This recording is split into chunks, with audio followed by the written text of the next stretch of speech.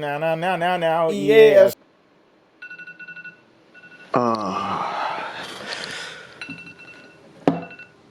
Wait, what? Yo, for real? Oh god, oh god, oh god, oh god, oh god, oh god.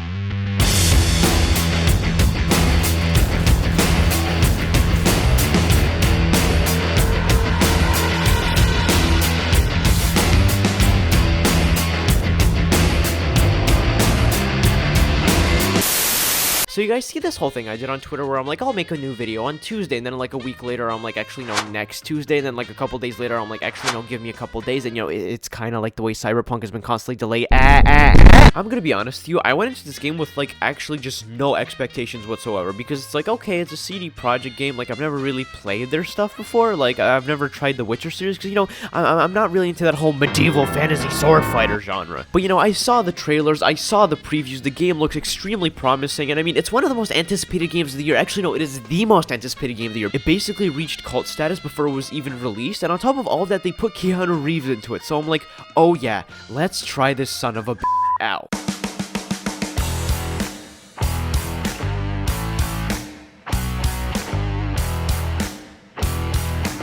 Ladies and gentlemen, welcome to the biggest game of the year where Steam literally crashed on launch day and people spent several hours downloading 70 gigabytes. And that just goes to show that you guys need to preload your games, when you can, of course. But you know, once you get the game actually up and running, you are greeted with, honestly, some of the best graphics I have ever seen in a video game.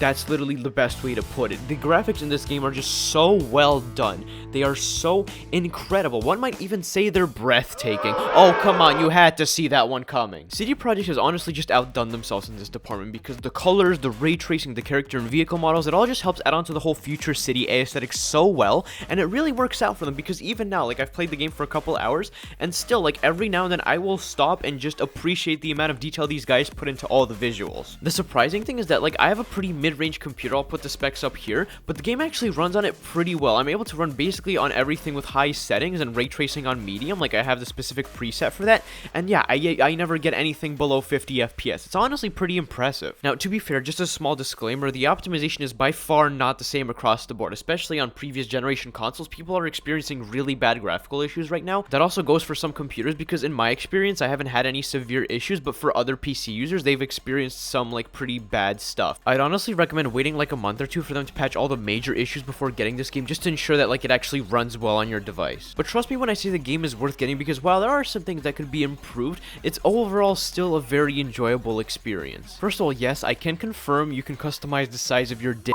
Once you get that out of the way, the learning curve for this game really isn't that bad. The game is pretty straightforward with everything you're supposed to do, though I will admit that the menus and inventories do take some time to get used to, but that can also be done fairly quickly. My personal recommendation is to get your strength level to like an 8 or 9 just so that it's easier to complete certain missions and you can basically jack any car in the game. Speaking of cars, first of all, they all look really awesome, and also the driving in this game is actually not that bad. It's a little too sensitive in my opinion, but you know, it's not that big of a deal. The only thing that sucks is that apart from your personal car, you can't really store any jack cars in like a garage or anything, so I feel like that's something CD Projekt should look into. Can I just address how insanely hilariously easy it is to actually get away from cops in this game? Like, way too easy. I mean, look at this. Alright, so I'm just gonna go do something bad here for a second, like, this, for example. Okay, so now I'm wanted, right?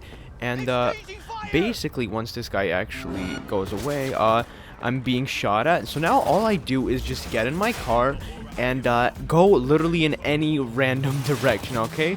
So now I'm moving away and, give it literally a couple seconds. Wait for it. Wait for it. Wait for it. Hold on. And it's like, boom. Okay, I'm not being followed anymore. Like, what? I know this is probably an oversight, but it would be funny if it tied into some kind of narrative about how in the future there's so much corruption that even the cops give up chasing you after the first 10 seconds. I'm honestly just a very big fan of the story in general. At least in my opinion, it's very well written, especially the dialogues and everything. I mean, they can get complicated sometimes because there's actually a lot of stuff going on, but you get used to it, and just generally speaking, the whole thing is very well done. Not to mention, Keanu Reeves' performance as Johnny in this game is just absolutely outstanding. I also really like the missions in this game, especially with the whole hacking mechanic and everything, even though I forget to use it half the time and people end up shooting at me anyways. In which case, the guns in this game are also pretty good. There's actually a pretty big selection of them and you can modify them and stuff. And the recoil, it's pretty decent. It's nothing crazy, which is good. There's also hand-to-hand combat, which isn't really anything special, but I don't really care because I don't use it that often. The game also has a lot of side missions, which give you various rewards if you want to take a break from the main story. And honestly, they're all pretty nice. My only real problem is that outside of missions, there's really not much to do in the city, at least at the moment. Like, the NPCs, I mean, I don't really care about those, but like, for example, remember how I said you can customize your dick? Well, you can't change that or any other part of your character's physical appearance after beginning the game. There's no barber shop or plastic surgeon, and there's really just not that many places you can actually walk into in the city and like actually interact with stuff. But you know, I feel like they're bound to do that really soon, and once they do that and iron out all the bugs, this game is honestly just an outstanding, visually stunning open world RPG. And that ends today's video, guys. I hope you enjoyed it. If you did enjoy it, please do consider hitting that like and subscribe button. As always, this is your captain speaking. Peace out.